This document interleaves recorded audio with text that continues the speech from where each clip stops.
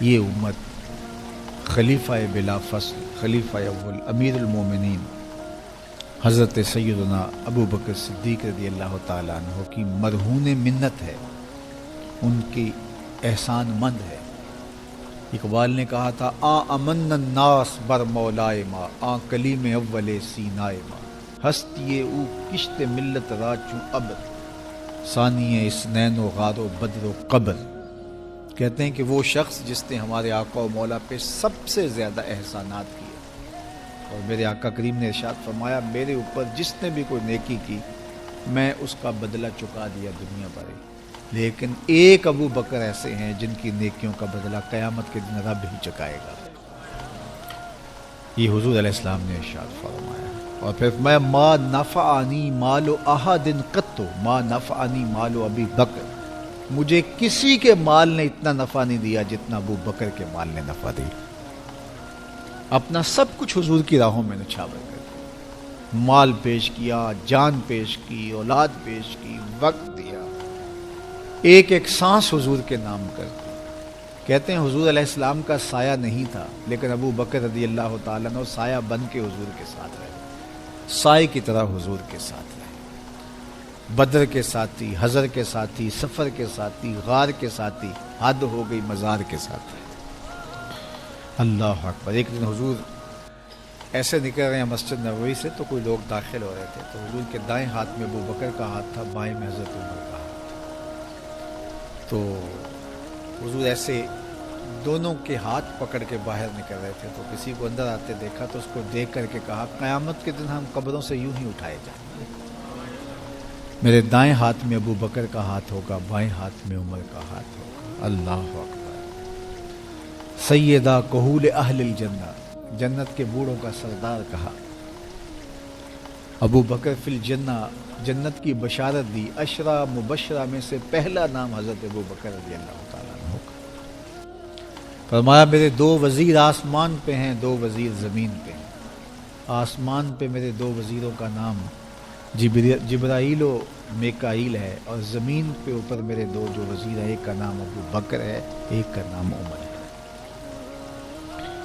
تو کیا شان ہے حضرت ابو بکر صدیق رضی اللہ تعالیٰ۔ ہر نبی کا صحابی عظمتوں کے معراج پہ ہے، لیکن جو شان حضور کے اس جان نثار کو دی گئی ہے، اللہ اکبر۔ قرآن نے بھی کہا نا وَثَانِيَ اثْنَيْنِ إِذْ هُمَا فِي الْغَارِ، اللہ اکبر، دو میں سے دوسرا، اللہ اکبر، جب وہ غار میں تھے، دو میں سے دوسرا، اس لفظ کی خوبصورتی ملاحظہ کیجیے، دو میں سے دوسرا۔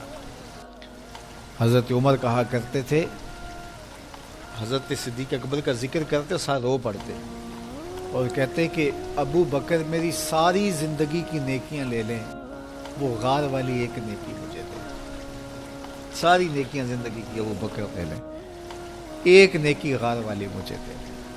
تو ان کی ساری نیکیاں ایک طرف اور ابو بکر کی ایک نیکی۔ اور حضرت عمر کہا کرتے تھے کاش میں ابو بکر کے سینے کا بال ہی ہوتا۔ کوئی کم شان ہے؟ یہ حضرت عمر کہہ رہے ہیں، یہ عمر جس کے بارے میں میرے حضور علیہ السلام نے فرمایا کہ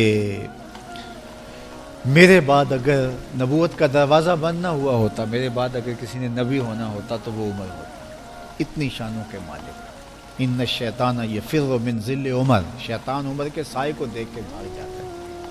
وہ عمر کہہ رہے ہیں کاش میں ابو بکر کے سینے پر لگا ہوا بال ہی ہوتا۔ یہ شان ہے، یہ عظمت ہے۔ سارے حضور کے صحابی عظمتوں کے معراج پر، لیکن ان کی شان ہی بکری۔ کسی پنجابی شاعر نے کہا کہ سارے یار نبی دے سونے، نہیں کوئی اینا یاراں ورگا، نہ کوئی ہویا نہ کوئی ہوسی، اینا جان نثاراں ورگا، نہ اس دھرتی پیدا کیتا، اینا یاراں ورگا، آزم شان صدیق کی دساں اکو یار ہزاراں ورگا۔ وہ عظمتوں کی کس معراج پہ، امن الناس بر مولائے ما، کلیم اول سینائے ما، ہستی او کشت ملت راچو ابر، ثانی اسنین و غار و بدر و قبر، بدر کے بھی ساتھی، قبر کے بھی ساتھی، مزار کے بھی ساتھی، غار کے بھی ساتھی، اور کھیت اسلام کی کھیتی کے لیے ابر بہار کی طرح برسے اور سیراب کر گئے، اور اس امت کے لیے انہوں نے جو کام کیا وہ انہی کا مقصوم